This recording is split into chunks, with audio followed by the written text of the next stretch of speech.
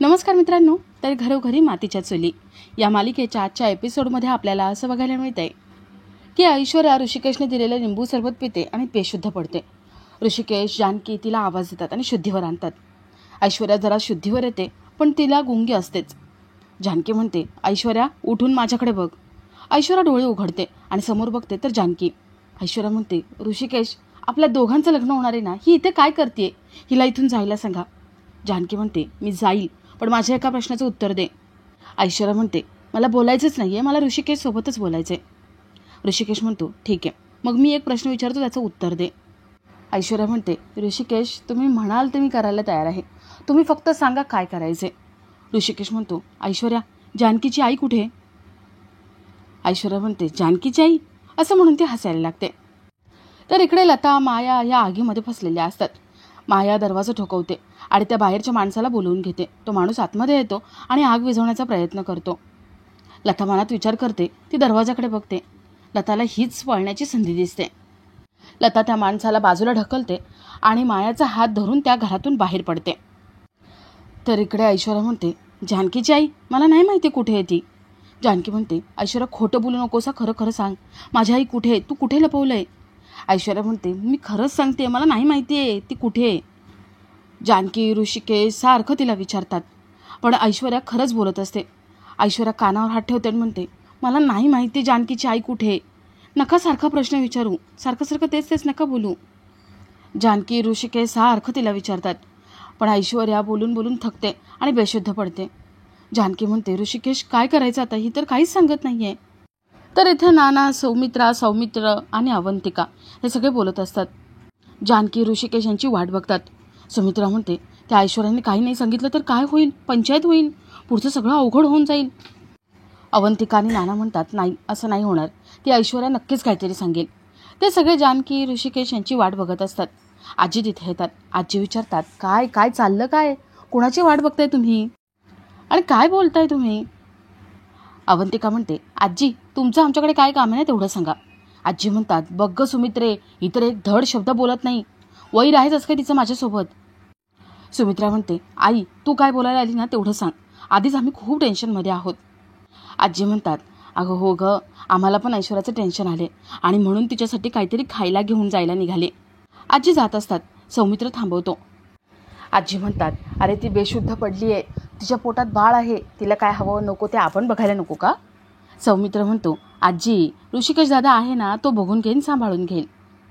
आजी म्हणतात, पण ऐश्वर्याला बाकीचा त्रास होत असेल तर काय सांगणार आहे का ती? ती मला सांगेल, म्हणून मी जाते आणि मी विचारते तिला. नाना म्हणतात, अहो सासूबाई, जरा विचार करा ना. ऐश्वर्या ऋषिकेशसोबत लग्न करणार आहे, त्यामुळे तिला होणारा त्रास ती कोणाला सांगेल, तुम्हाला का होणाऱ्या नवऱ्याला? आजी म्हणतात, बरोबर आहे तुमचं, हे माझ्या लक्षातच आलं नव्हतं. सुमित्रा म्हणते, मग आई, आता तू कुठे जाऊ नको, इथेच बस, शांतपणे बस. आजी म्हणतात, चालेल, बसते मी इथेच. पण सुमित्रे, मला एक गोष्ट सांग, ऐश्वर्याला सारखा सारंग का दिसतो? अवंतिका म्हणते, मला तरी वाटतंय ना, सारंग भाऊजींना हे लग्न पटलंच नाहीये, त्यामुळे सारखा दिसत आहेत ते. अहो, मला तरी वाटतंय ना, सारंग भाऊजींचा आत्मा तडफडत असेल. त्यांना ऋषिकेश दादा आणि ऐश्वर्या यांचं लग्न पटतच नसेल आणि त्यामुळे ते सारखे तिला त्रास देत असतील. आत्म्यांना हे सगळं पटलं नाही ना, की राग येत असतो. आजी अवंतिकाच्या बोलण्याने एकदम घाबरतात. अवंतिका आजींना अजून घाबरवते. आजी तिथून निघून जातात. तर इकडे लता, माया दोघी बाहेर आलेल्या असतात. माया म्हणते, काकू, तुम्ही काय केलं? घर पेटवलं तिथून बाहेर पडण्यासाठी? असं का केलं?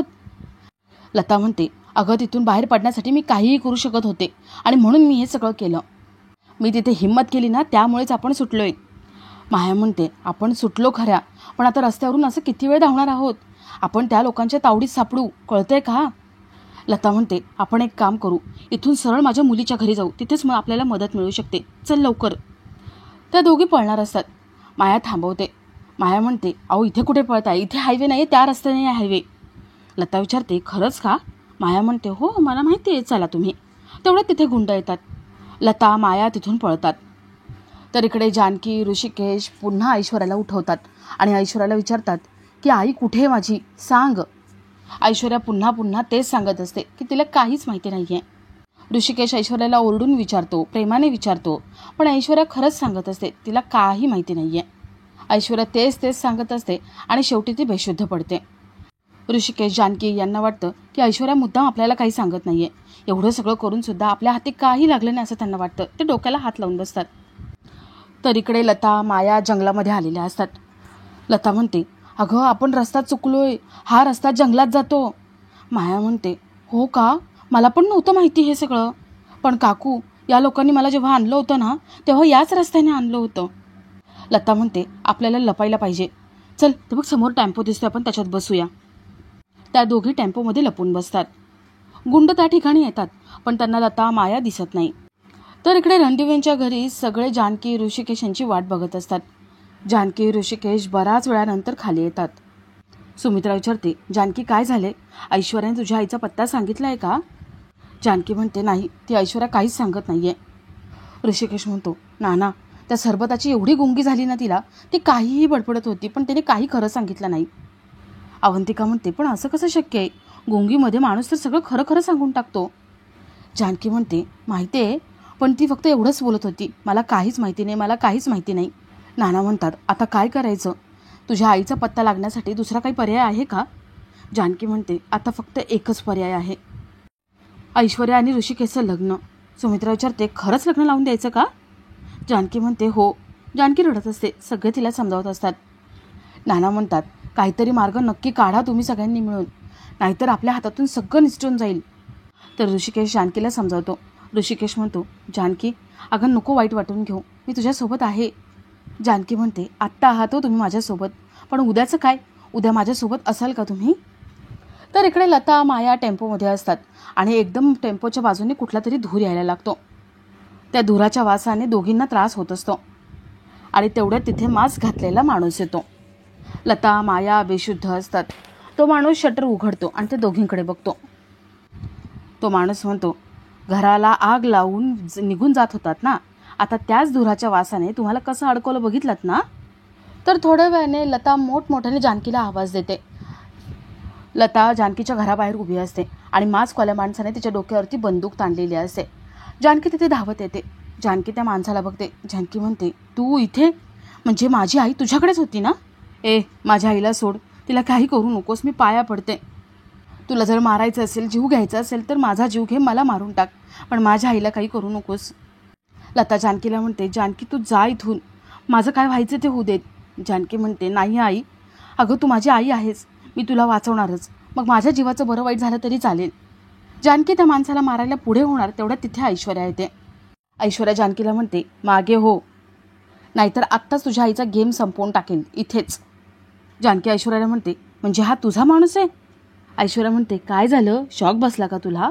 अगं यापेक्षाही डेंजर शॉक तुला मी देणार आहे आता. जानकी, तुझी वाट लावण्यासाठी मी माझी माणसं सगळीकडे पेरून ठेवली आहेत, पण आता खेळ संपला, तुझ्या आईलाच मी संपवून टाकणार आहे. ऐश्वर्या त्या मास्कवाल्या माणसाला लताला मारून टाकायला सांगते. तो माणूस लताला गोळी मारतो आणि जानकीला कळतं की हे सगळं तिचं स्वप्न होतं. जानकी ताडकन उठून बसते आणि आपला आजचा हा भाग इथेच संपतो. तर मालिकेच्या पुढील भागात आपल्याला असं बघायला मिळतंय की सगळे जानकी ऋषिकेशच्या रूममध्ये असतात.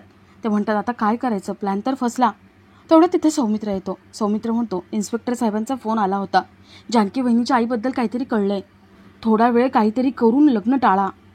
जानकी म्हणते, हे लग्न टाळण्यासाठी माझ्याकडे एक उपाय आहे. तर इकडे ऐश्वर्या म्हणते, काहीही झालं तरी मी हे लग्न टळू देणार नाही, लग्न मुहूर्तावरच होणार.